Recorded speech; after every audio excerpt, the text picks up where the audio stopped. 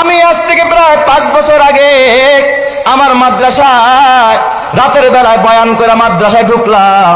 রাত্র তখন 3টা বাজে।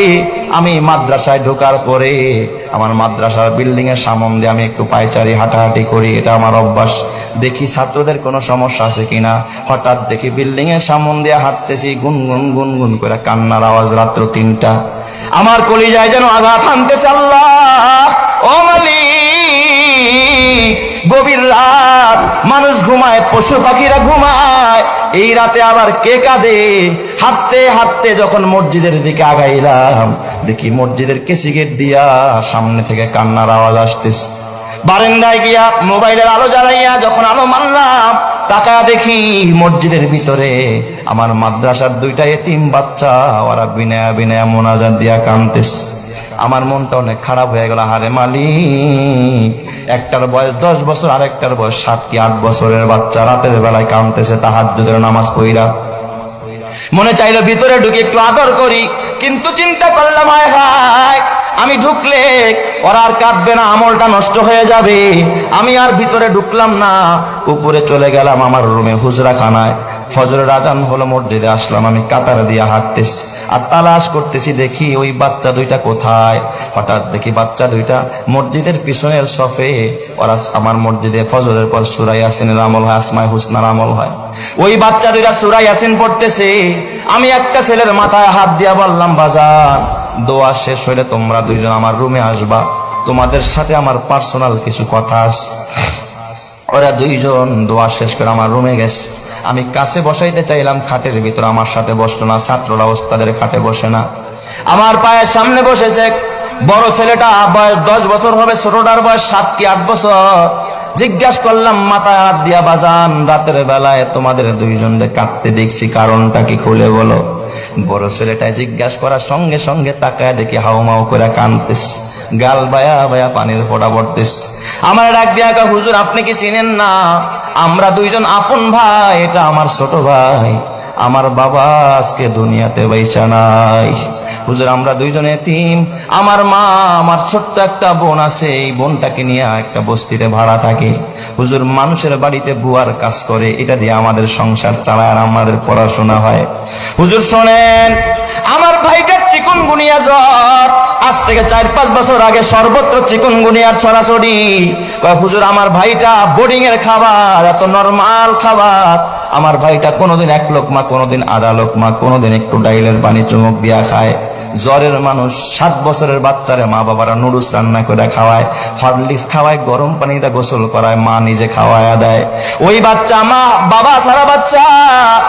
ও হুজুর, গতকালকের ঘটনা, আমার ভাইটা 1 লোকমা খানা খায় না।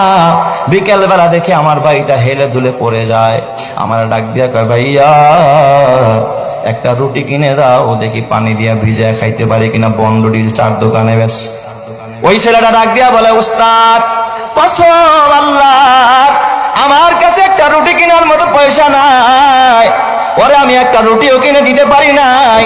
বললাম ভাই রে, আসরের পর ঐচ্ছিক ছুটি থাকে, ওই সময় আমি বাসায় যাব, আম্মুর কাছ থেকে টাকাই না, তোরে রুটি কিনে দিব। আমি আসরের নামাজ পড়া দৌড়াদৌড়ি কইরা বাসায় গেলাম। ওই বস্তির ভিতরে যায় দেখি আমার মা ঘরে পড়া, আমার ছোট্ট বোনটা মায়ের পাশে কাঁদতেছে। ডাক দিয়া বললাম, মা কিছু টাকা দিবানি, ওর তো অসুস্থ, ওর একটা রুটি কিনে দিতে হবে। আমার মা আমার ডাক দিয়া কয়, বাবা আজকে 4-5 দিন হয় আমি অসুস্থ, কাজে যাইতে পারি না, ঘরে খাবার নাই, বাড়িওয়ালায় ভাড়া চায়, ভাড়া না দিতে পারলে ঘর থেকে বের করে দিবে, আমি করে কেমনে টাকা দিব। হুজুর আমার মা আমার টাকা দিতে পারে নাই। আমি যখন খালি হাতে মাদ্রাসায়, আমার ভাইটা গোটা বিকাল কাঁদতে কাঁদতে বালিশ ভিজায় ফেলছে। হুজুর আমাদের দেখার কেউ নাই, আমার বাবা যদি বেঁচে থাকতো, আমার বাবা আমাদের পাশে এসে দাঁড়াইতো, আমাদের খোঁজ খবর নিত।